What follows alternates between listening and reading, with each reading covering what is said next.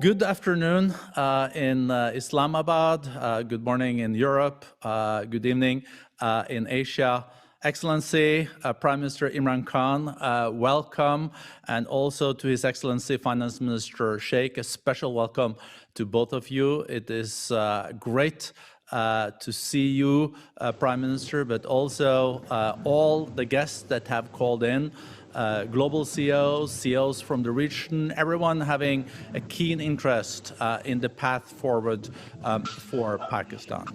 I would also like to use this special occasion for the World Economic Forum to acknowledge our two long-standing partners in Pakistan, the Dawood Hercules and also the Pathfinder Group that many of you know as very important companies in Pakistan. It is a great honor to see you again, Prime Minister. We now have 45 minutes with the Prime Minister and then 30 minutes with His Excellency, the Finance Minister. And there is also a possibility to raise questions to the Prime Minister, and CEOs have already signed up. It seems like almost a decade, Prime Minister, since we met in Davos. It's less than a year, but so much has happened. And Davos speech from your side was also historic. It was the first time in the 51 years history of the World Economic Forum we had a special address from the Prime Minister of Pakistan. And we know from your very special address in Davos that a lot were going in the right direction for Pakistan. Growth was back, FDIs were growing. I think there was a growth the year before the pandemic of 70%. So after the pandemic, we have seen that you have also taken necessary steps to make sure that you deal with the health crisis everywhere, that you're building a bridge also towards sustainable recovery, and then also securing investments. First, Prime Minister, I think we all would like just shortly to hear from you the latest. How are you now dealing with the health crisis? It seems like Pakistan so far has weathered it better than some other countries, but it is also still, I guess, a great challenge, and we're not out of the woods yet. So welcome again, Prime Minister. So good to see you, and please update us on the current situation in your country. Thank you very much, Boge. It's a pleasure to be talking again on the World Economic Forum, and as I've always felt, this is a great forum from where we can project our views about our economy and talk to the investors. So let me just say, first of all, that Pakistan had stabilized its economy and was heading in the right direction when COVID hit us. And just like every country got badly hit by COVID because this was something unprecedented. And it was unprecedented because of the lockdown. There's no precedence of an economy being locked down, completely shut, and the consequences of that shutdown. That's really what the world is coping with.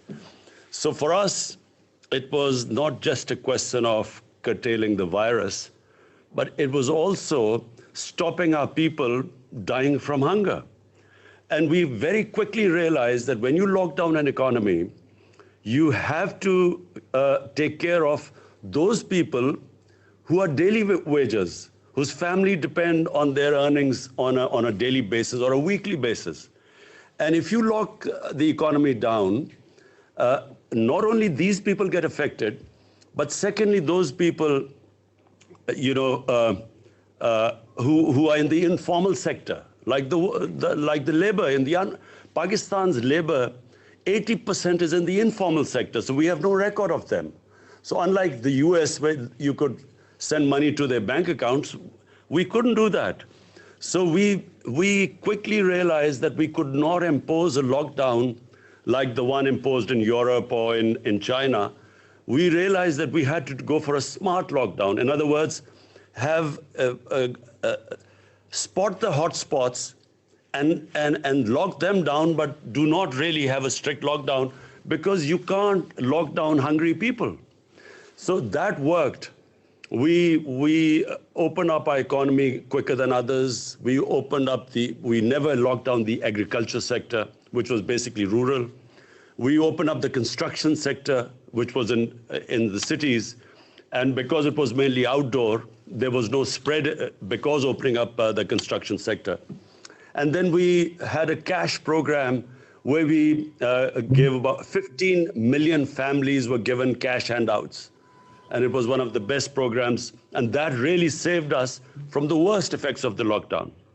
And actually, because the people were with us, the public complied with our measures, we came out of it better than any other country. So we saved our economy from its worst effects. Also, we saved people dying from the virus. Now, of course, we are hitting a second peak. And my worry right now is that, number one, because we succeeded so well, people are no longer that worried about the virus anymore. And so we do not find that sort of level of compliance. And secondly, we do not know how long this second wave, because it's in the winter, we don't know what this winter wave is going to be like. So, there's a bit of worry right now, because our cases are climbing up quite rapidly these days. Well, thank you, Mr. Prime Minister, for that overview. We will have a second round with your finance minister after the questions and dialogue with you. But I think many of the CEOs and chairs that are on the line really would like also to hear from you, based on the increasing FDIs, based on the growth that you had before the pandemic. When do you think we'll be back to a pre-COVID level, and how do you see the path forward for Pakistan? When do you think you will get growth at the level where you expect it and need it, and what are the measures that you will take? I must say that the lessons we learned from the first wave of COVID was that we, in our country, with our high levels of poverty and with a young population, high levels of unemployment, we cannot afford a lockdown where we lock down our businesses, where we lock down the factories.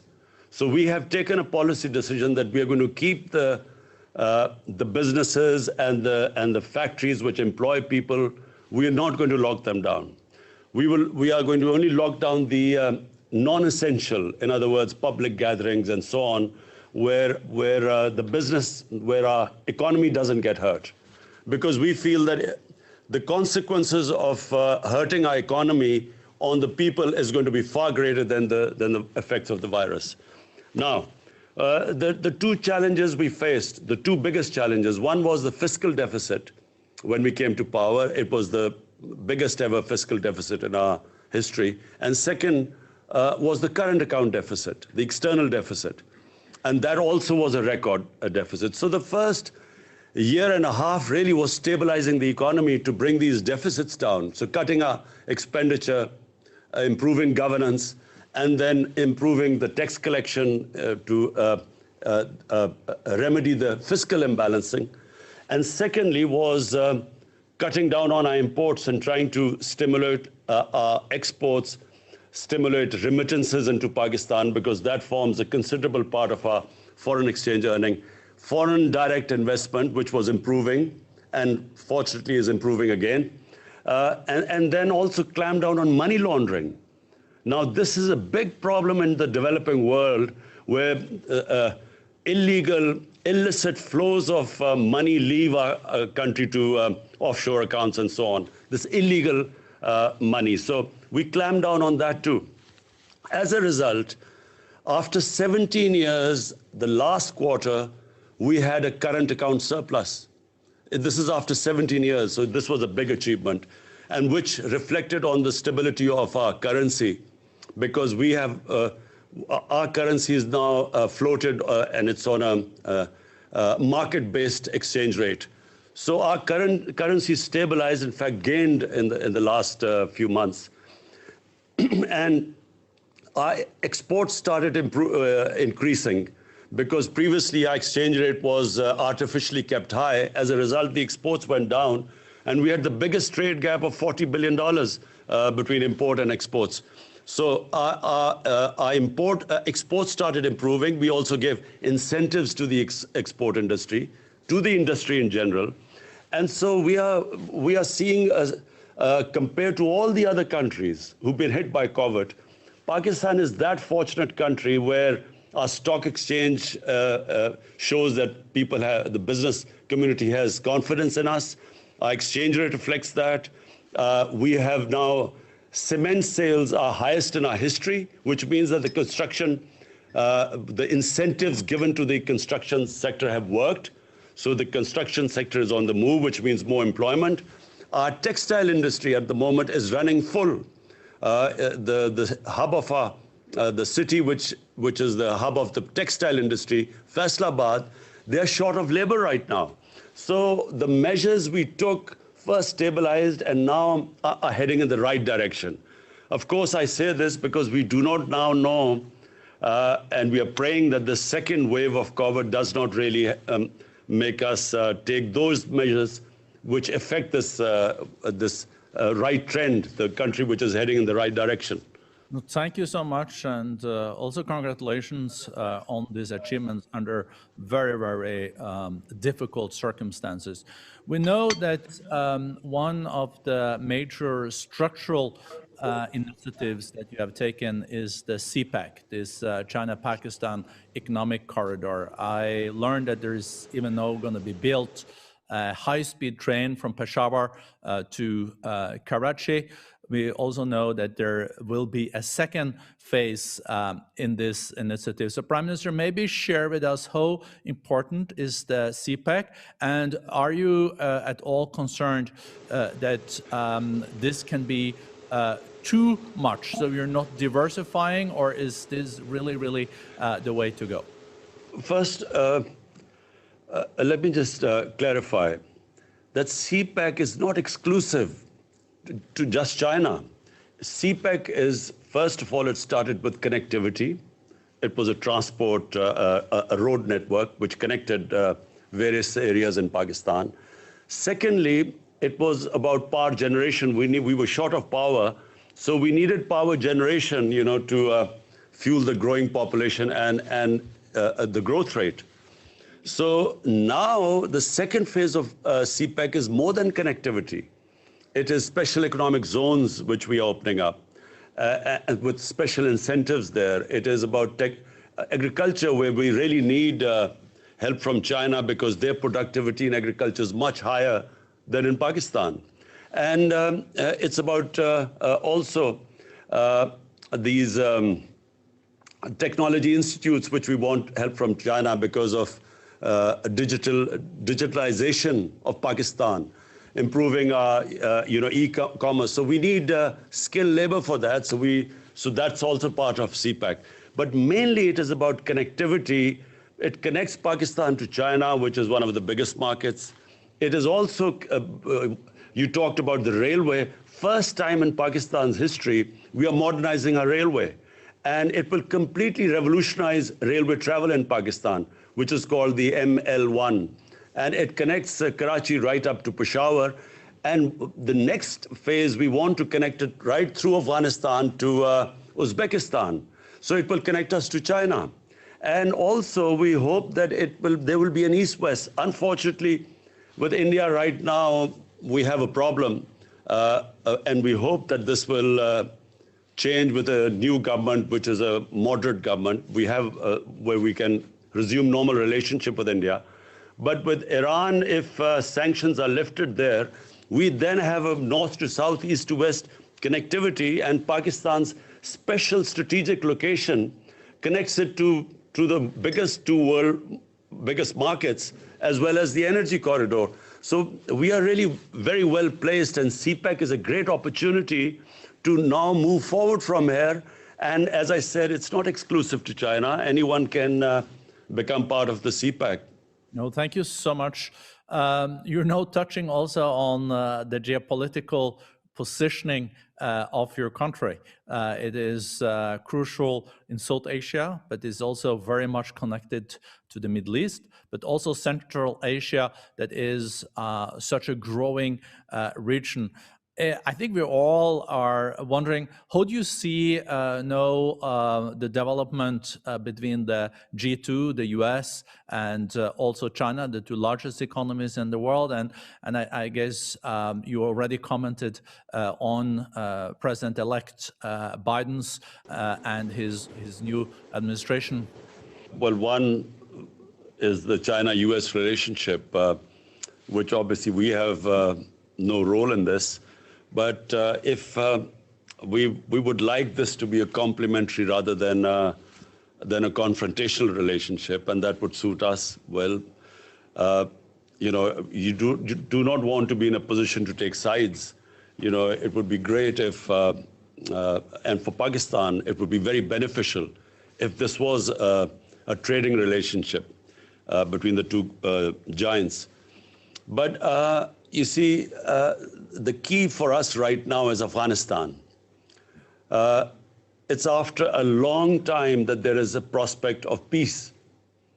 For some reason, there were attempts for a military solution, and here's someone who kept saying that there was never going to be a military solution. Finally, the peace talks started, and Pakistan played a huge part in getting the Americans and the Taliban to sit on a table. And then it played another very difficult to get an intra-Afghan dialogue going. Now, unfortunately, the level of violence is growing in Afghanistan, and this is of concern to us because we believe that peace in Afghanistan has huge dividends, first of all to the people of Afghanistan, but then to people of Pakistan. It connects us right up to Central Asia, and as you quite rightly said, Central Asia has this huge untapped potential, which will be of great benefit to us and to Central Asia if they can connect right down. They're landlocked, and they can, through Gwadar, they can be connected to the world.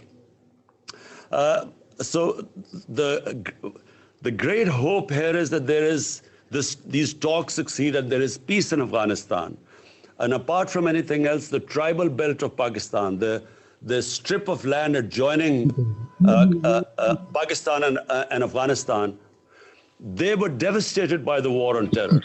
And the best way to rehabilitate and to give employment to the people there is if there is peace in Afghanistan, and the adjoining areas will benefit the most from trading and connectivity.